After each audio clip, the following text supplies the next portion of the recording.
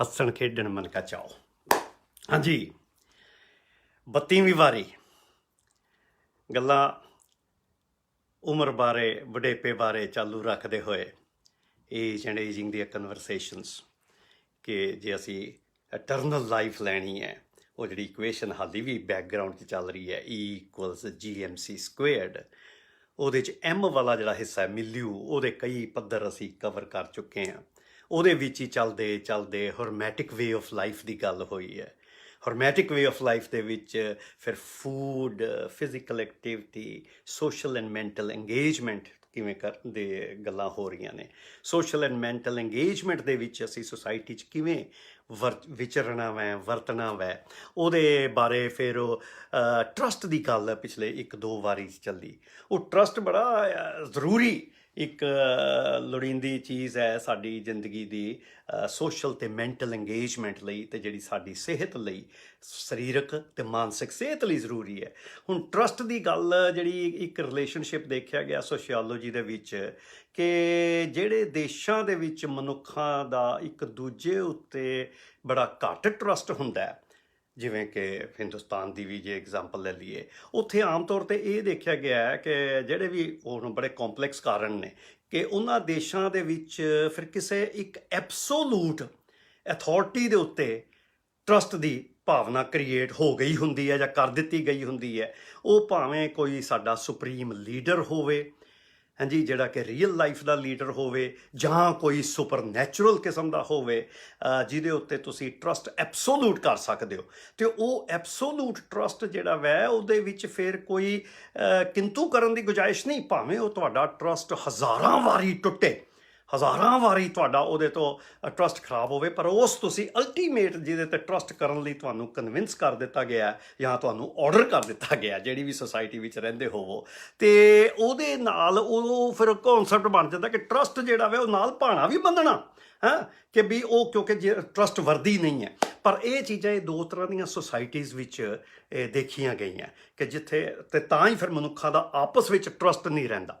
ਵਿਗਿਆਨ ਦੀ ਜਿਹੜੀ ਜ਼ਿੰਦਗੀ ਹੈ ਨਾ, ਉਹ ਸਾਰੀ ਅਸਲ 'ਚ ਜਿਉਂਦੀ ਟਰਸਟ ਦੇ ਉੱਤੇ ਹੈ ਕਿ ਅਸੀਂ ਜਦੋਂ ਕੋਈ ਰਿਸਰਚ ਕਰਦੇ ਹਾਂ ਅਤੇ ਕੋਈ ਮੇਰੇ ਮੋਢੇ ਦੇ ਪਿੱਛੇ ਖੜ੍ਹਾ ਹੋ ਕੇ ਦੇਖ ਨਹੀਂ ਰਿਹਾ ਹੁੰਦਾ ਕਿ ਮੈਂ ਜੋ ਬਾਅਦ ਵਿੱਚ ਪੇਪਰ 'ਚ ਲਿਖਿਆ ਕਿ ਮੈਂ ਇੰਨੇ ਮਾਈਕਰੋਲੀਟਰ ਫਲਾਣਾ ਕੈਮੀਕਲ ਪਾਇਆ ਅਤੇ ਇਹ ਕੀਤਾ ਅਤੇ ਇਹ ਕੀਤਾ ਅਤੇ ਇਹ ਰਿਜ਼ਲਟ ਆਏ, ਜਾਂ ਜੇ ਕੋਈ ਮੇਰਾ ਵਿਦਿਆਰਥੀ ਰਿਸਰਚ ਕਰ ਰਿਹਾ ਜਾਂ ਮੇਰੇ ਅਸਿਸਟੈਂਟਸ ਕੰਮ ਕਰ ਰਹੇ ਨੇ, ਅਸੀਂ ਜਿਹੜੇ ਵੀ ਲੱਗੇ ਹਾਂ, ਵਿਗਿਆਨ ਸਾਰੇ ਦਾ ਹੀ ਸਾਰਾ ਬੇਸਿਕਲੀ ਇਹ ਮਨੁੱਖੀ ਟਰਸਟ ਉੱਤੇ ਪਹਿਲੇ ਤਾਂ ਖੜ੍ਹਾ ਹੁੰਦਾ, ਕਿਉਂਕਿ ਕਿਸੇ ਦੇ ਕੀਤੇ ਹੋਏ ਐਕਸਪੈਰੀਮੈਂਟਸ ਆਮ ਤੌਰ 'ਤੇ ਕੋਈ ਦੁਬਾਰਾ ਚੈੱਕ ਨਹੀਂ ਕਰਦਾ।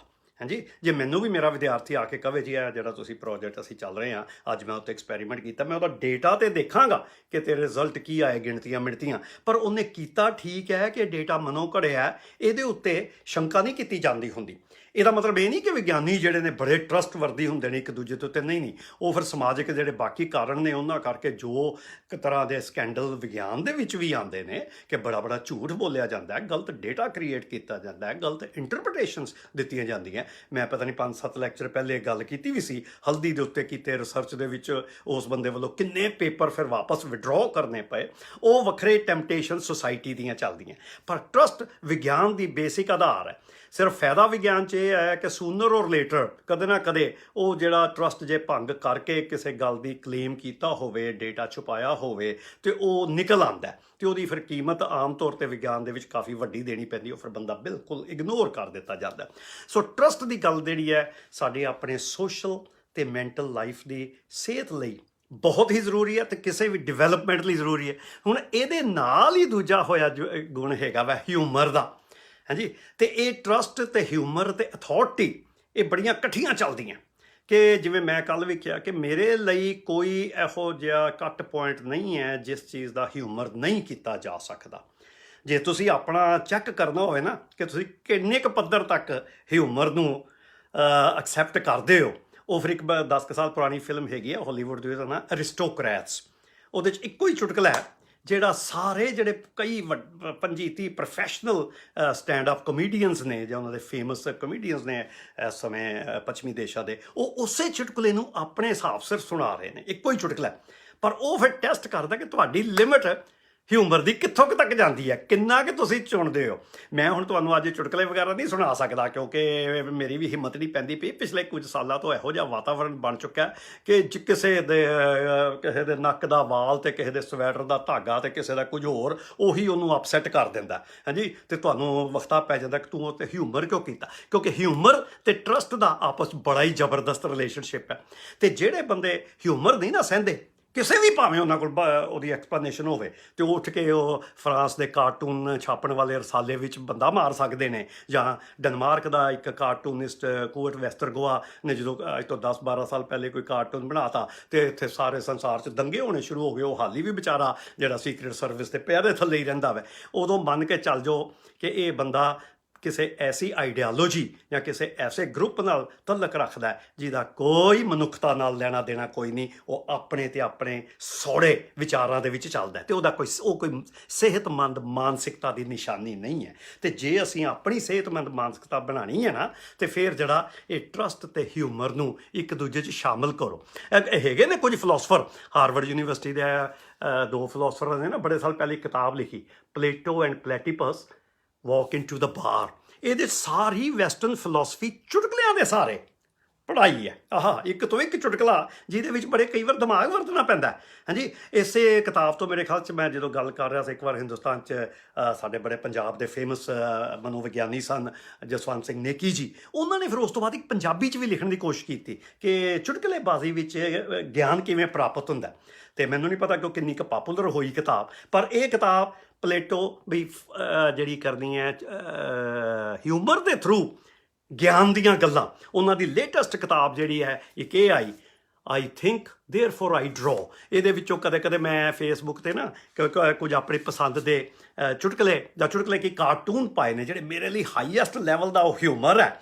ਤੇ ਜਿਵੇਂ ਹੁਣ ਅੱਜ ਮੈਂ ਤੁਹਾਨੂੰ ਦਿਖਾਵਾਂ ਇੱਕ ਜਿਹੜਾ ਗ੍ਰੇਟੈਸਟ ਕਾਰਟੂਨ ਮੈਨੂੰ ਲੱਗਾ ਪਿਛਲੇ ਕੁਝ ਦੇਰ 'ਚ, ਇਹ ਹੈਗਾ ਕਿ ਇੱਕ ਸਾਂਟਾ ਕਲੌਸ, ਤੁਸੀਂ ਸਾਂਟਾ ਕਲੌਸ ਜਾਣਦੇ ਹੋ ਨਾ, ਉਹ ਕ੍ਰਿਸਮਸ ਦੇ ਵਿੱਚ ਜਿਹੜਾ ਗਿਫਟਾਂ ਲੈ ਕੇ ਆਉਂਦਾ, ਤੇ ਉਹ ਬੈਠਾ ਕਿਤਾਬ ਪੜ੍ਹ ਰਿਹਾ how to believe in yourself. ਉਹ ਜਿਹੜੀ ਪੌਪ ਸਾਈਕੋਲੋਜੀ ਦੀਆਂ ਬੜੀਆਂ ਕਿਤਾਬਾਂ ਮਿਲਦੀਆਂ ਨਾ, ਆਪਣੇ ਆਪ 'ਤੇ ਵਿਸ਼ਵਾਸ ਕਿਵੇਂ ਕਰੋ। ਸਾਂਟਾ ਕਲੌਸ ਇੱਕ ਕਿਤਾਬ ਪੜ੍ਹ ਰਿਹਾ how to believe in yourself. ਇਹਦੀਆਂ ਲੇਅਰਸ ਵੇਖੋ ਇਸ ਕਾਰਟੂਨ ਦੀਆਂ ਤੇ ਹਿਊਮਰ ਦੀਆਂ। ਇਹ ਸਾਂਟਾ ਕਲੌਸ ਦੀ ਥਾਂ 'ਤੇ ਉਹ ਕੋਈ ਹੋਰ ਦੇਵੀ ਦੇਵਤਾ ਰੱਬ ਹੋਰ ਵੀ ਕਈ ਕੁਝ ਹੋ ਸਕਦਾ ਹੈ ਜੀ, ਪਰ ਉਹਦੇ ਉੱਤੇ ਬੜੇ ਲੋਕੀ ਗਰਮ ਵੀ ਹੋ ਸਕਦੇ ਨੇ ਕਿ ਵੀ ਇਹ ਤਰ੍ਹਾਂ ਕੀ ਮਤਲਬ ਕਿ ਵੀ ਸਾਂਤਾ ਕਲੌਸ ਨੂੰ ਆਪਣੇ ਆਪ 'ਤੇ ਬਿਲੀਵ ਕਰਨ ਦਾ। ਇੰਝ ਹੀ ਕਈ ਚੁਟਕਲੇ ਬੜੇ ਸਪੈਸੀਫਿਕ ਹੁੰਦੇ ਨੇ। ਜਦੋਂ ਮੇਰਾ ਬੇਟਾ ਵੱਡਾ ਹੋ ਰਿਹਾ ਸੀ, ਅਸੀਂ ਕੋਸ਼ਿਸ਼ ਕੀਤੀ ਨਾ ਕਿ ਕੁਝ ਚੁਟਕਲੇ ਵਗੈਰਾ ਇਕੱਠੇ ਕੀਤੇ ਜਾਣ, ਪਰ ਉਹਦੇ ਵਿੱਚ ਅਸੀਂ ਉਸ ਸਮੇਂ ਕੌਨਸ਼ੀਅਸ ਹੋ ਗਏ ਕਿ ਅਸੀਂ ਕੁਝ ਇਹ 'ਤੇ ਰਿਸਟ੍ਰਿਕਸ਼ਨਸ ਲਾਈਏ ਆਪਣੇ ਚੁਟਕਲਿਆਂ 'ਤੇ। ਕਿ ਉਹ ਪਹਿਲੀ ਗੱਲ ਤੇ ਉਹ, ਕਿਉਂਕਿ ਉਹਦੀ ਮਾਂ ਜਿਹੜੀ ਬੜੀ ਫੈਮਿਨਿਸਟ ਕਿਸਮ ਦੀ ਔਰਤ ਹੈਗੀ ਹੈ ਜਾਂ ਹੈਗੀ, ਉਹ ਉਦੋਂ ਅਸੀਂ ਇਕੱਠੇ ਹੁੰਦੇ ਸਾਂ ਅਤੇ ਰਹਿੰਦੀ ਸੀ, ਅਤੇ ਬਈ ਕੋਈ ਚੁਟਕਲਾ ਔਰਤਾਂ ਦੇ ਵਿਰੁੱਧ ਨਹੀਂ ਹੋਣਾ ਚਾਹੀਦਾ। ਓਕੇ, ਦੂਜਾ ਸੀ ਕੋਈ ਚੁਟਕਲਾ ਕਿਸੇ ਕਮਿਊਨਿਟੀ ਦੇ ਵਿਰੁੱਧ ਨਹੀਂ ਹੋਣਾ ਚਾਹੀਦਾ ਕਿ ਸਰਦਾਰਾਂ ਦੇ ਵਿਰੁੱਧ ਹੈ ਅਤੇ ਬਾਣੀਆਂ ਦੇ ਵਿਰੁੱਧ ਹੈ ਅਤੇ ਫਲਾਣੇ ਦੇ ਵਿਰੁੱਧ ਹੈ। ਕੋਈ ਚੁਟਕਲਾ ਕਿਸੇ ਹੈਂਡੀਕੈਪ ਇਨਸਾਨ ਦੇ ਹਾਸਾ ਨਹੀਂ ਉਡਾਉਣਾ ਚਾਹੀਦਾ। ਕੋਈ ਚੁਟਕਲਾ ਉਹ ਬੱਚਾ ਇਹੋ ਜਿਹਾ ਨਹੀਂ ਅਸੀਂ ਇਕੱਠਾ ਕਰਦਾ ਜਿਹੜਾ ਸਾਰਿਆਂ ਦੇ ਇਕੱਠੇ ਵਿੱਚ ਦੇ ਬਹਿ ਕੇ ਸੁਣਾ ਸਕੇ। ਲਓ ਪ੍ਰੋਬਲਮ ਆ ਗਈ, ਚੁਟਕਲੇ ਹੀ ਕੋਈ ਨਾ ਲੱਭਣ। ਹਾਂਜੀ, ਜੇ 4-5 ਕੈਟੇਗਰੀਆਂ ਲੈ ਕੇ ਚੱਲ ਪਈਏ, ਸੋ ਉਹ ਫਿਰ ਲੱਭਣੇ ਸ਼ੁਰੂ ਕੀਤੇ। ਸਾਡੇ ਕੋਲ 200-300 ਚੁਟਕਲਾ ਹੋ ਜਾ ਇਕੱਠਾ ਹੋਇਆ, ਪਰ ਅੱਜ ਮੈਂ ਉਹਨਾਂ ਵਿੱਚੋਂ ਕੋਈ ਸ਼ੇਅਰ ਨਹੀਂ ਕਰਨੇ। ਕਈ ਚੁਟਕਲੇ ਬੜੇ ਲੈਂਗੁਏਜ ਸਪੈਸੀਫਿਕ ਹੁੰਦੇ ਨੇ, ਉਸੇ ਹੀ ਭਾਸ਼ਾ 'ਚ ਕੰਮ ਕਰਦੇ ਨੇ, ਉਹ ਦੂਜੀ ਭਾਸ਼ਾ 'ਚ ਨਹੀਂ ਕੰਮ ਕਰਦੇ। ਹਾਂਜੀ, ਜੇ ਉਹ ਜਿਵੇਂ ਇੱਕ ਐਗਜ਼ਾਮਪਲ ਅੰਗਰੇਜ਼ੀ 'ਚ ਜਿਹੜਾ ਚੁਟਕਲਾ ਸਿਰਫ ਕੰਮ ਕਰਦਾ ਹੈ ਕਿ ਵਾਈ ਵਾਜ਼ 6 ਅਫਰੇਡ ਆਫ 7। ਹਾਂਜੀ, ਵਾਈ ਵਾਜ਼ 6 ਅਫਰੇਡ ਆਫ 7, ਤੇ ਉਹਦਾ ਜਵਾਬ ਦਿੰਦਾ ਬਿਕੋਜ਼ 7, 8, 9। ਸਮਝਣਾ ਪੈਂਦਾ, ਸੋਚਣਾ ਪੈਂਦਾ। ਨੈਵਰ ਮਾਈਂਡ, ਇਹ ਗੱਲਾਂ ਜਿਹੜੀਆਂ ਚੀਜ਼ਾਂ ਨੇ ਨਾ, ਇਹਨਾਂ ਨੂੰ ਫਿਰ ਹੁਣ ਅਸੀਂ ਅੱਗੇ ਲਿਆਉਣਾ ਹੈ ਕਿ ਸੋਸ਼ਲ ਅਤੇ ਮੈਂਟਲ ਇੰਗੇਜਮੈਂਟ ਤੋਂ ਬਾਅਦ ਜਿਹੜਾ ਮੈਂ ਸਵਾਲ ਪੁੱਛਿਆ ਸੀ 2 ਵਾਰੀ ਕਿ ਤੁਸੀਂ ਮੈਨੂੰ ਆਪਣੇ ਪਸੰਦ ਦੇ ਕਿਸੇ ਔਰਗਨ ਦਾ, ਕਿਸੇ ਸਰੀਰ ਦੇ ਹਿੱਸੇ ਦੀ ਐਗਜ਼ਾਮਪਲ ਦਿਓ ਜਿਹਨੂੰ ਤੁਸੀਂ ਪਰਫੈਕਟ ਰੱਖਣਾ ਚਾਹੋਗੇ। ਹਾਂਜੀ, ਹੁਣ ਉਹ ਬੜੀ ਇੰਟਰਸਟਿੰਗ ਸਵਾਲ ਹੈ ਕਿਉਂਕਿ ਅਸੀਂ ਉਹ ਜਿਹੜੀ ਐਗਜ਼ਾਮਪਲ ਦਿੱਤੀਆਂ, ਮੈਨੂੰ ਕਈ ਤਰ੍ਹਾਂ ਦੀ ਆਈਆਂ ਲੋਕਾਂ ਦੇ ਰਿਸਪੌਂਸ ਕਿ ਉਹ ਅਸੀਂ ਆਪਣੀ ਹੁਣ ਦੀ ਲੋੜ ਦੇ ਅਨੁਸਾਰ ਦੇਖ ਰਹੇ ਹਾਂ, ਕਿ ਸਾਡੀ ਆਉਣ ਵਾਲੀ ਲੋੜ ਦੇ ਅਨੁਸਾਰ, ਕਿ ਸਾਡੇ ਕਿਸੇ ਪਿਆਰੇ ਦੀ ਕਿਸੇ ਪ੍ਰੋਬਲਮ ਨਾਲ ਐਸੋਸੀਏਟਡ ਹੈ ਕਿ ਉਹ ਕੀ ਨੇ। ਪਰ ਉਹ ਜੇ ਤੁਸੀਂ ਮੇਰੇ ਹੁਣ ਕੋਈ ਲੈਕਚਰ ਸੁਣੇ ਨੇ, ਉਹਨਾਂ ਵਿੱਚੋਂ ਤੁਹਾਨੂੰ ਹੁਣ ਤੱਕ ਪਤਾ ਲੱਗ ਹੀ ਗਿਆ ਹੋਏਗਾ ਕਿ ਮੈਂ ਕਿਸ ਡਾਇਰੈਕਸ਼ਨ ਵੱਲ ਜਾ ਰਿਹਾ। ਮੇਰੇ ਪਹਿਲੇ ਜਿਹੜੇ ਤਜਰਬੇ ਕਹਿੰਦੇ ਦੱਸਦੇ ਸੀ ਲੋਕਾਂ ਨਾਲ, ਉਹ ਮੈਜੋਰਟੀ ਜਿਹੜੇ ਜਵਾਬ ਆਉਂਦੇ ਸੀ ਉਹ ਇਹੀ ਸੀ, ਹਰ ਬੰਦਾ ਆਪਣੇ ਦਿਮਾਗ ਨੂੰ ਪਰਫੈਕਟ ਹਾਲਤ 'ਚ ਰੱਖਣਾ ਚਾਹੁੰਦਾ। ਹਾਂਜੀ। ਮੈਜੋਰਟੀ ਵਿੱਚ ਇਹੀ ਆਉਂਦਾ ਸੀ, ਖਾਸ ਕਰਕੇ ਮੇਰੇ ਸਟੂਡੈਂਟਸ ਵੱਲੋਂ, ਮੇਰੇ ਕੁਲੀਗਾਂ ਵੱਲੋਂ। ਇੱਥੇ ਦੇ ਵੀ ਕਲੈਕਸ਼ਨਾਂ ਵਿੱਚੋਂ ਮੈਜੋਰਟੀ ਵਾਲਿਆਂ ਦੇ ਇਹੀ ਆਏ ਨੇ ਕਿ ਮੈਂ ਆਪਣੇ ਦਿਮਾਗ ਨੂੰ ਤੰਦਰੁਸਤ ਕਰਨਾ, ਪਰਫੈਕਟ ਰੱਖਣਾ ਚਾਹੁੰਦਾ। ਪਰ ਕੁਝ ਮਿੱਤਰਾਂ ਦੇ ਆਏ ਨੇ ਮੈਂ ਆਪਣੇ ਡਾਈਜੈਸਟਿਵ ਸਿਸਟਮ ਨੂੰ ਰੱਖਣਾ ਚਾਹੁੰਦਾ। ਕੋਈ ਕਹਿੰਦਾ ਕਿ ਮੈਂ ਆਪਣੀਆਂ ਲੱਤਾਂ ਨੂੰ, ਤਾਂ ਕਿ ਮੈਂ ਆਪਣੇ ਸਾਈਕਲਿੰਗ ਰੋਜ਼ ਕਰ ਸਕਾਂ। ਇੱਕ ਬੜਾ ਇੰਟਰਸਟਿੰਗ ਐਰਕੀ ਆਇਆ ਜਵਾਬ, ਜਿਹੜਾ ਪਹਿਲੇ ਮੈਂ ਕਦੇ ਨਹੀਂ ਸੀ ਸੁਣਿਆ, ਕਿ ਜ਼ਬਾਨ ਜਿਹੜੀ ਹੈ, ਟੰਗ ਦੀ ਹੈਲਥ ਮੇਨਟੇਨ ਰਵੇ। ਹਾਂਜੀ, ਉਹ ਬਈ ਉਹਦੇ ਪਿੱਛੇ ਕੀ ਕਾਰਨ ਨੇ ਜਿਹੜਾ ਵੀ ਮਨੁੱਖ ਚੁਣ ਰਿਹਾ, ਕਿ ਇੱਕ ਇੱਕ ਔਰਗਨ ਨੂੰ ਚੁਣਨਾ। ਉਹਨਾਂ ਵਿੱਚੋਂ ਜਿਹੜਾ ਬ੍ਰੇਨ ਦੇ ਬਾਰੇ ਸਭ ਤੋਂ ਵੱਧ ਆਉਂਦਾ ਨਾ, ਕਿਉਂਕਿ ਅਸੀਂ ਪਿਛਲੇ 100 ਸਾਲ ਦੇ ਵਿੱਚ ਐਸੇ ਜ਼ਿਆਦਾ ਬ੍ਰੇਨ ਓਬਸੈਸਡ ਹੋ ਗਏ ਹੋਏ ਆ ਕਿ ਹਰ ਚੀਜ਼ ਜਿਹੜੀ ਹੈ ਸਾਨੂੰ ਲੱਗਦਾ ਕਿ ਬ੍ਰੇਨ ਦੇ ਵਿੱਚ ਸਾਡਾ ਸੈਲਫ ਹੈ, ਮੇਰਾ ਆਪਣਾ ਆਪ ਮੇਰੇ ਬ੍ਰੇਨ 'ਚ ਹੈ, ਕਿਉਂਕਿ ਉੱਥੇ ਮੈਮਰੀਜ਼ ਨੇ। ਹਾਂਜੀ, ਤੇ ਜੇ ਮੇਰਾ ਬ੍ਰੇਨ ਪਰਫੈਕਟ ਰਹੇਗਾ ਤਾਂ ਸਭ ਕੁਝ ਪਰਫੈਕਟ ਰਹੇਗਾ। ਅੱਛਾ, ਜੇ ਬ੍ਰੇਨ ਪਰਫੈਕਟ ਮੇਰਾ ਹੋਵੇ ਤਾਂ ਮੈਂ ਬਹੁਤ ਕੰਮ ਵੀ ਸੋਚ ਸਕਦਾ ਹੋਵਾਂ, ਨਵੇਂ ਆਈਡੀਆ ਵੀ ਆਉਂਦੇ ਹੋਣ, ਮੇਰੇ ਕੋਲ ਇੱਛਾਵਾਂ ਵੀ ਹੋਣ, ਪਰ ਮੈਂ ਉੱਠ ਕੇ ਟਾਇਲਟ ਤੱਕ ਵੀ ਆਪ ਨਹੀਂ ਆਪਣੀ ਸੰਭਾਲ ਕਰ ਸਕਦਾ। ਉਹ ਪਰਫੈਕਟ ਬ੍ਰੇਨ ਮੈਨੂੰ ਸੁੱਖ ਦੇਗਾ ਕਿ ਦੁੱਖ ਦੇਗਾ? ਉਹ ਮੇਰੀ ਮਾਨਸਿਕ ਸਿਹਤ ਵਧਾਏਗਾ ਕਿ ਘਟਾਏਗਾ? ਹਾਂਜੀ, ਸੋ ਉਹੀ ਆ ਕਿ ਨਾ, ਜਿਵੇਂ ਬ੍ਰੇਨ ਨੂੰ ਇਕੱਲਾ ਲੈ ਲਿਆ। ਇਹ ਬ੍ਰੇਨ ਦੇ ਬਾਰੇ ਬੜੀ ਇੰਟਰਸਟਿੰਗ ਮੈਨੂੰ ਪਿਛਲੇ ਹਫਤੇ ਹੀ ਇੱਕ ਨਵੀਂ ਗੱਲ ਸਮਝ ਆਈ, ਕਿ ਜਦੋਂ ਕਿੰਨੀ ਕੁ ਦੇਰ ਪਹਿਲੇ ਮਨੁੱਖ ਨੂੰ ਸਮਝ ਆਈ ਕਿ ਸਾਡੇ ਵਿਚਾਰ ਜਿਹੜੇ ਨੇ ਨਾ, ਥਾਟ ਪ੍ਰੋਸੈਸਿਸ, ਉਹ ਬ੍ਰੇਨ 'ਚ ਹੁੰਦੇ ਨੇ। ਇਹ ਕਿਵੇਂ ਪਤਾ ਲੱਗਾ? ਕਿਉਂਕਿ ਜੇ ਹੁਣ ਵੀ ਅਸੀਂ ਪੁੱਛ ਲਈਏ ਨਾ ਕਿ ਵੀ ਤੁਹਾਡੀ ਸੋਚਣੀ ਜਾਂ ਤੁਹਾਡੀ ਆਤਮਾ, ਹਾਂਜੀ, ਹਿੰਦੁਸਤਾਨੀ ਕੌਂਸਲ ਕਿੱਥੇ ਹੈ, ਤਾਂ ਅਸੀਂ ਕਦੇ ਸਿਰ ਨੂੰ ਨਹੀਂ ਹੱਥ ਲਾਦੇ। ਇਹੀ ਹਾਲ ਪਹਿਲੇ ਆਲਮੋਸਟ 1000 ਸਾਲ ਪਹਿਲੋਂ, ਕਿ 500 ਸਾਲ ਪਹਿਲੇ ਤੱਕ ਸਾਰੀਆਂ ਫਿਲਾਸਫੀਜ਼ ਦੇ ਵਿੱਚ ਬ੍ਰੇਨ ਦੀ ਕੋਈ ਵੈਲਿਊ ਹੀ ਨਹੀਂ ਸੀ। ਇਜਿਪਸ਼ਨ ਲੋਕੀ ਜਿਨ੍ਹਾਂ ਨੇ ਪਿਰਾਮਿਡ ਬਣਾਏ ਨਾ, ਉਹ ਜਦੋਂ ਆਪਣੇ ਸਰੀਰ ਦੇ ਬੋਡੀਜ਼ ਨੂੰ ਮਮੀਜ਼ ਬਣਾਉਂਦੇ ਸੀ, ਉਹ 'ਚੋਂ ਬ੍ਰੇਨ ਕੱਢ ਦਿੰਦੇ ਸੀ ਕਿ ਸਭ ਤੋਂ ਫਜ਼ੂਲ ਔਰਗਨ ਹੈ, ਇਹਦੀ ਸਾਨੂੰ ਅਗਲੀ ਦੁਨੀਆ ਵਿੱਚ ਜਾਣ ਦੇ ਲਈ ਨਾਲ ਲਿਜਾਣ ਦੀ ਲੋੜ ਨਹੀਂ ਹੈਗੀ। ਈਵਨ ਬਾਈਬਲ ਦੇ ਵਿੱਚ ਵੀ ਜਿਹੜਾ ਵੈ, ਉਹ ਬ੍ਰੇਨ ਜਿਹੜਾ ਵਾ ਸਾਡਾ, ਉਹ ਜਾਂ ਸਾਡੀ ਜਿਹੜੀ ਭਾਵਨਾਵਾਂ ਨੇ, ਇਮੋਸ਼ਨਸ ਨੇ, ਥੋਟ ਹੈ, ਇੰਟੈਲੀਜੈਂਸ ਹੈ, ਉਹਨੂੰ ਸਰੀਰ ਦੇ ਕਈ ਦੂਜੇ ਹਿੱਸਿਆਂ ਨਾਲ ਜੋੜਿਆ ਜਾਂਦਾ ਸੀ, ਇੱਥੋਂ ਤੱਕ ਕਿ ਗੁਰਦਿਆਂ ਨਾਲ। ਹਾਂਜੀ, ਗੁਰਦੇ ਨਾਲ ਜੋੜਿਆ ਜਾਂਦਾ ਸੀ, ਉਹਨੂੰ ਬਲੈਡਰ ਨਾਲ ਜੋੜਿਆ ਜਾਂਦਾ ਸੀ, ਕਈ ਵਾਰੀ ਕੋਲਨ ਦੇ ਨਾਲ। ਕਿਉਂਕਿ ਜਦੋਂ ਵੀ ਸਾਨੂੰ ਕੋਈ ਮਹਿਸੂਸ ਹੁੰਦੀਆਂ ਚੀਜ਼ਾਂ, ਹਾਲੀ ਵੀ ਅਸੀਂ ਇਹ ਕਹਿੰਦੇ ਨਾ, ਸਾਡਾ ਦਿਲ ਨਹੀਂ ਮੰਨਦਾ। ਜੇ ਕਹੀ ਤੇਰੀ ਆਤਮਾ ਕਿੱਥੇ ਹੈ, ਉਹ ਮੇਰੇ ਦਿਲ 'ਚ ਹੈ। ਇੱਕ ਨੇ ਮੈਨੂੰ ਇਹੀ ਪੁੱਛਿਆ, ਮੈਂ ਦਿਲ ਸੁੰਦਰ ਰੱਖਣਾ ਚਾਹਾਂਗੀ। ਉਹ ਸੁੰਦਰ ਤੋਂ ਕੀ ਮਤਲਬ, ਕਿ ਉਹ ਕਹਿੰਦੇ ਬਦਲਾ ਨਾ ਆਵੇ। ਵੀ ਦਿਲ ਦਾ ਤਾਂ ਕੰਮ ਹੈ ਪੰਪ ਕਰਨਾ ਬਲੱਡ, ਤੇ ਜੋ ਬਹੁਤਾ ਬਲੱਡ ਪੰਪ ਕਰਨਾ ਸ਼ੁਰੂ ਕਰ ਦੇਵੇ ਤੇ ਕੀ ਉਹ ਮੇਰੇ ਅੰਦਰ ਦੀਆਂ ਜਿਹੜੀਆਂ ਇਮੋਸ਼ਨਸ ਨੇ ਉਹ ਵੀ ਚੇਂਜ ਹੋ ਜਾਣਗੀਆਂ। ਸੋ ਪਰ ਇਹ ਜਿਹੜਾ ਸੀ, ਬਹੁਤੇ ਸਮਾਂ ਹਿਸਟਰੀ ਦੇ ਵਿੱਚ ਮਨੁੱਖ ਨੇ ਬ੍ਰੇਨ ਨੂੰ ਅਸਲ 'ਚ ਕੋਈ ਜ਼ਿਆਦਾ ਇੰਪੋਰਟੈਂਸ ਇੱਥੇ ਸਿਰ ਦੇ ਅੰਦਰ ਵਾਲੇ ਔਰਗਨ ਨੂੰ ਨਹੀਂ ਸੀ ਦਿੱਤੀ। ਉਹ ਬਾਕੀ ਸਾਰੀ ਥਾਵਾਂ 'ਤੇ ਹੈਗਾ ਸੀ। ਸ਼ਾਇਦ ਉਸੇ ਲਈ ਉਹ, ਜਿਵੇਂ ਕਈ ਵਾਰ ਪੰਜਾਬੀ ਵਿੱਚ ਮੁਹਾਵਰਾ ਜਾਂ ਜੋਕ ਵੀ ਬਣ ਜਾਂਦਾ ਨਾ, ਕਿ ਵੀ ਅਕਲ ਜਿਹੜੀ ਹੁੰਦੀ ਹੈ ਅੱਡੀ 'ਚ ਹੁੰਦੀ ਹੈ। ਉਹ ਪਤਾ ਨਹੀਂ ਫਿਰ ਕਿਵੇਂ ਜਨਾਨੀਆਂ ਦੇ ਨਾਲ ਡੈਰੋਗੇਟਰੀ ਜੁੜ ਗਈ। ਪਰ ਹੁਣ ਦੀ ਆਵਾਜ਼ ਦੇ ਵਿੱਚ, ਅਵਸਥਾ 'ਚ ਸਾਰੇ ਹੀ ਮਨੁੱਖ ਜ਼ਿਆਦਾ ਬ੍ਰੇਨ ਦੇ ਉੱਤੇ ਧਿਆਨ ਦੇਣਾ ਚਾਹੁੰਦੇ ਨੇ, ਕਿ ਜੇ ਮੇਰਾ ਬ੍ਰੇਨ ਕੰਮ ਕਰਦਾ ਰਵੇ। ਤੇ ਉਹੀ ਟੈਕਨੋਲੋਜੀ ਵੀ ਕਹਿੰਦੀ ਹੈ ਕਿ ਅਸੀਂ ਕਿਸੇ ਦਿਨ ਆਪਣੇ ਬ੍ਰੇਨ ਦੀਆਂ ਮੈਮਰੀਜ਼ 'ਤੇ ਡਾਊਨਲੋਡ ਕਰ ਲਵਾਂਗੇ, ਫਿਰ ਭਾਵੇਂ ਬੋਡੀ ਜਿਹੜੀ ਮਰਜ਼ੀ ਚੇਂਜ ਹੋ ਜਾਵੇ, ਮੈਂ ਉਹੀ ਰਵਾਂਗਾ ਸੈਲਫ। ਇਹ ਪਰ ਉੱਥੇ ਹੀ ਆ ਜਾਂਦਾ, ਜੋ ਮੈਂ ਕਹਿਣਾ ਕਿ ਜਿਹੜੇ ਤੇ ਤੁਸੀਂ ਮੇਰੀਆਂ ਕੁਝ ਗੱਲਾਂ ਸੁਣ ਰਹੇ ਹੋ, ਉਹਨੂੰ ਹੁਣ ਤੱਕ ਸਮਝ ਗਏ ਹੋਵੋਗੇ ਕਿ ਮੈਂ ਕਿਸੇ ਵੀ ਇੱਕ ਔਰਗਨ ਨੂੰ ਆਪਣੇ ਆਪ 'ਚ ਚੁਣ ਕੇ ਨਹੀਂ ਅੱਗੇ ਗੱਲ ਵਧਾਉਣੀ ਚਾਹੁੰਦਾ। ਉਹ ਬਾਇਓਮੈਡੀਕਲ ਦੀ ਜਿਹੜੀ ਅਪਰੋਚ ਹੈ, ਉਹ ਜਦੋਂ ਪ੍ਰੋਬਲਮਸ ਆਉਂਦੀਆਂ ਨੇ ਉਹਨਾਂ ਲਈ ਬੜੀ ਪਾਵਰਫੁਲ ਹੈ, ਬੜਾ ਕੁਝ ਕਰਦੀ ਹੈ। ਹਾਂਜੀ, ਪਰ ਜਿਹੜੀ ਮੇਰੀ ਸਮਝ ਹੈ, ਜਿਹੜੀ ਮੈਂ ਤੁਹਾਡੇ ਨਾਲ ਸਾਂਝੀ ਕਰਨ ਦੀ ਕੋਸ਼ਿਸ਼ ਕਰ ਰਿਹਾ, ਹਰਮੈਟਿਕ ਵੇ ਆਫ ਲਾਈਫ ਤੇ ਹੋਲਿਸਟਿਕ, ਉਹਦੇ ਵਿੱਚ ਸਾਰਾ ਕੁਝ ਟੋਟੈਲਿਟੀ ਜਾਣਾ। ਤੇ ਦੂਜੇ ਪਾਸੇ ਇਹ ਵੀ ਹੈ ਕਿ ਸਾਡੀ ਸਾਇੰਸਦਾਨਾਂ ਦੀ ਪ੍ਰਾਇੋਰਟੀ ਕੀ ਹੈ, ਪੜ੍ਹੇ ਲਿਖਿਆਂ ਦੀ ਪ੍ਰਾਇੋਰਟੀ ਕੀ ਹੈ, ਤੇ ਆਮ ਜਨਤਾ ਦੇ ਵਿੱਚ ਉਹ ਕੀ ਆਉਂਦੀਆਂ ਨੇ, ਬਈ ਇਹਨਾਂ ਚੀਜ਼ਾਂ ਦੇ ਪ੍ਰਾਇੋਰਟੀ ਕਿ ਕਿਹੜੀ ਨੰਬਰ ਚੀਜ਼ ਇੱਕ ਤੇ ਹੋਵੇ। ਇਹਦੇ ਬਾਰੇ ਕਈ ਸੋਸ਼ਲ ਸਰਵੇ ਹੋਏ ਨੇ ਕਿ ਵੀ ਜਦੋਂ ਆਮ ਲੋਕਾਂ ਨੂੰ ਪੁੱਛਿਆ ਗਿਆ ਵੀ ਤੁਹਾਡੇ ਲਈ ਸਭ ਤੋਂ ਵੱਧ ਰਿਸਰਚ ਦੀ ਕਿਹਦੇ 'ਚ ਲੋੜ ਹੈ ਜਾਂ ਤੁਹਾਡੀ ਕੀ ਲੋੜ ਹੈ, ਮੈਜੋਰਿਟੀ ਨੰਬਰ 1 ਤੇ ਆਉਂਦੀ ਹੈ ਮੋਬਿਲਿਟੀ, ਕਿ ਮੈਂ ਆਪੇ ਤੁਰ ਫਿਰ ਸਕਦਾ ਆਪਣੀ ਡੇਲੀ ਲਾਈਫ। ਉਹ ਜਿਹੜੀ ਆਈ ਸੀ ਨਾ health the definition, activities of daily living, ਕਿ ਉਹਦੇ 'ਚ ਮੇਰੀ ਇੰਡੀਪੈਂਡੈਂਸ, ਮੇਰੀ ਮੋਬਿਲਿਟੀ ਦੀ ਹੈਗੀ ਹੈ, ਉਹ ਹੈ ਨੰਬਰ 1 ਦੀ ਡਿਮਾਂਡ ਆਈ ਸੋਸ਼ਲ ਸਰਵੇ। ਇਹਦਾ ਮਤਲਬ ਇਹ ਨਹੀਂ ਕਿ ਜਿਹੜੀ ਤੁਸੀਂ ਮੈਨੂੰ ਭੇਜੀਆਂ ਆਪਣੀਆਂ ਜ਼ਰੂਰਤਾਂ ਦੇ ਹਿਸਾਬ ਸਿਰ, ਕਿਸੇ ਨੇ ਪ੍ਰੋਸਟੇਟ ਦੀ ਵੀ ਗੱਲ ਕੀਤੀ ਕਿ ਉਹ ਠੀਕ ਨਹੀਂ ਹੈ, ਪਰ ਜਦੋਂ ਸਰਵੇ ਕੀਤੇ ਗਏ, ਮੋਬਿਲਿਟੀ ਨੰਬਰ 1 ਸਿਹਤ ਦੇ ਲਈ। ਦੂਜੇ ਨੰਬਰ 'ਤੇ ਕੀ ਆਈ? ਇਨਕੌਂਟੀਨੈਂਸ। ਇਨਕੌਂਟੀਨੈਂਸ ਦਾ ਮਤਲਬ ਹੁੰਦਾ ਮੇਰਾ ਆਪਣੇ ਮਲ ਮੂਤਰ ਦੇ ਉੱਤੇ ਆਪਣਾ ਕੰਟਰੋਲ, ਇਹ ਆਪਣੀ ਆਈਡੈਂਟੀਟੀ ਦੇ ਲਈ ਬੜਾ ਹੀ ਜ਼ਰੂਰੀ ਆ, ਆਪਣੀ ਹਿਊਮਿਲੀਏਸ਼ਨ ਤੋਂ ਬਚਣ ਦੇ ਲਈ। ਦੂਜੇ ਨੰਬਰ ਦੀ ਰਿਸਰਚ। ਤੀਜੇ ਨੰਬਰ ਦੇ ਤੇ ਉਹਨਾਂ ਦਾ ਬਣਿਆ ਡਾਈਜੈਸ਼ਨ। ਇਹ ਵੀ ਇੱਕ ਮਿੱਤਰ ਨੇ ਵੀ ਲਿਖਿਆ ਸੀ ਕਿ ਬਈ ਹਾਂ, ਮੈਂ ਜਿਹੜਾ ਭੋਜਨ ਖਾਂਦਾ ਉਹ ਮੈਨੂੰ ਡਾਈਜੈਸਟ ਵੀ ਹੁੰਦਾ, ਉਹ ਇਨਕੌਂਟੀਨੈਂਸ ਦੇ ਨਾਲ ਹੀ ਜੁੜੀ ਹੋਈ ਹੈ ਗੱਲ। ਚੌਥੇ ਨੰਬਰ ਤੇ ਉਹਨਾਂ ਦੀ ਆਈ ਕਿ ਮੈਨੂੰ ਭੁੱਖ ਠੀਕ ਲੱਗੇ। ਹਾਂਜੀ।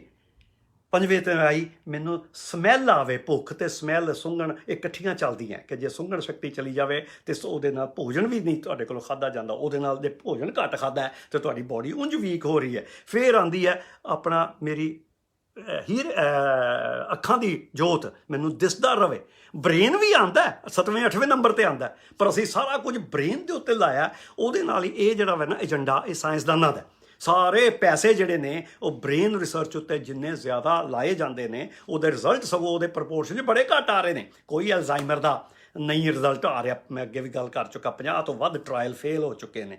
ਬੜੀਆਂ ਬੜੀਆਂ ਟੈਕਨੋਲੋਜੀ ਆ ਰਹੀਆਂ, ਪਰ ਉਹਦੀ ਪ੍ਰਾਇੋਰਟੀ ਜਿਹੜੀ ਹੈ ਕਿ ਜੇ ਸਾਨੂੰ ਇਹ ਸਮਝ ਆ ਜਾਏ ਕਿ ਮਨੁੱਖ ਦੀ ਮੋਬਿਲਿਟੀ ਕਿਵੇਂ ਕਾਇਮ ਰੱਖਣੀ ਹੈ, ਤੇ ਮੈਨੂੰ ਇਹ ਵੀ ਪਤਾ ਹੋਵੇ ਕਿ ਜੇ ਮੈਂ ਥੋੜ੍ਹਾ ਮਾੜਾ ਤੁਰਦਾ ਵੀ ਹਾਂ ਤਾਂ ਮੇਰੇ ਕੋਲ ਟੈਕਨੋਲੋਜੀ ਹੋਏਗੀ, ਮੇਰੇ ਕੋਲ ਬਾਹਰ ਜਾਣ ਦੇ ਲਈ ਫਿਰ ਉਹ ਸਾਰੀਆਂ ਸੁੱਖ ਸੁਵਿਧਾਵਾਂ ਹੋਣਗੀਆਂ, ਬਹਿਣ ਦੀ ਜਗ੍ਹਾ ਹੋਏਗੀ, ਟਾਇਲਟਸ ਹੋਣਗੇ, ਤੇ ਉਹ ਜਿਹੜੀ ਹੈ ਮੇਰੀ ਲਾਈਫ ਦੀ ਕੁਆਲਿਟੀ ਨੂੰ ਬਹੁਤ ਫਰਕ ਪਾਏਗਾ। ਸੋ ਉਹ ਜਿਹੜਾ ਇਹ ਗੱਲ ਉੱਥੋਂ ਹੀ ਆ ਗਈ ਕਿ ਕਿਸੇ ਇੱਕ ਚੀਜ਼ ਨੂੰ ਚੁਣਨਾ ਨਹੀਂ। ਇਹ ਜਿਹੜੀਆਂ ਹੁਣ ਐਗਜ਼ਾਮਪਲਾਂ ਵੀ ਆਈਆਂ, ਉਹ ਕਿਸੇ ਔਰਗਨ ਦੀਆਂ ਨਹੀਂ ਆਈਆਂ, ਕਿਸੇ ਇੱਕ ਹਿੱਸੇ ਦੀ ਨਹੀਂ ਆਈਆਂ ਕਿ ਬ੍ਰੇਨ, ਉਹ ਬ੍ਰੇਨ ਦੀ ਐਕਟੀਵਿਟੀ ਤੇ ਹੋ ਸਕਦੀ ਹੈ, ਮਸਲ ਨਹੀਂ ਕਿ ਆਇਆ, ਮੋਬਿਲਿਟੀ। ਹਾਂਜੀ। ਇਨਕੌਂਟੀਨੈਂਸ ਜਿਹੜਾ ਕੰਟਰੋਲ, ਉਹਦੇ ਵਿੱਚ ਇਹ ਨਹੀਂ ਹੈ ਕਿ ਮੇਰਾ ਬਲੈਡਰ ਪਰਫੈਕਟ ਹੋਣਾ ਚਾਹੀਦਾ। ਇਹ ਸਾਰੇ ਨੇ ਪ੍ਰੋਸੈਸਿਸ, ਕਿ ਅਸੀਂ ਕਿਸੇ ਇੱਕ ਹਿੱਸੇ ਨੂੰ ਚੁਣਦੇ ਪਏ ਹਾਂ ਕਿ ਅਸੀਂ ਇੱਕ ਪ੍ਰੋਸੈਸ ਨੂੰ ਚੁਣਦੇ ਪਏ ਹਾਂ।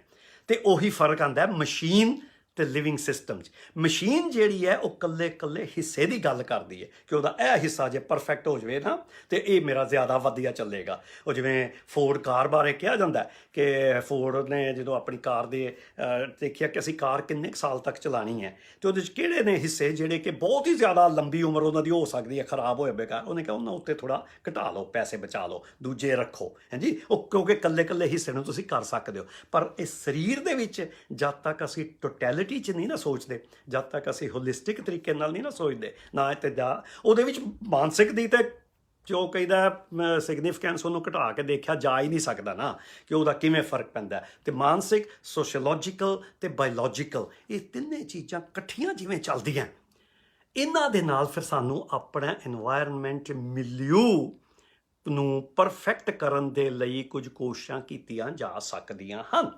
ਹੁਣ E = gmc² ਦੀ ਇਕੁਏਸ਼ਨ ਦੇ ਵਿੱਚ G ਤੇ M ਦੀ ਗੱਲ ਤੇ ਅੱਜ ਹੋਈ ਆਲਮੋਸਟ ਕੰਪਲੀਟ। ਮੈਂ ਹੁਣ ਇਹਨੂੰ ਬਾਰ-ਬਾਰ ਰਿਪੀਟ ਨਹੀਂ ਕਰਨਾ ਚਾਹਾਂਗਾ।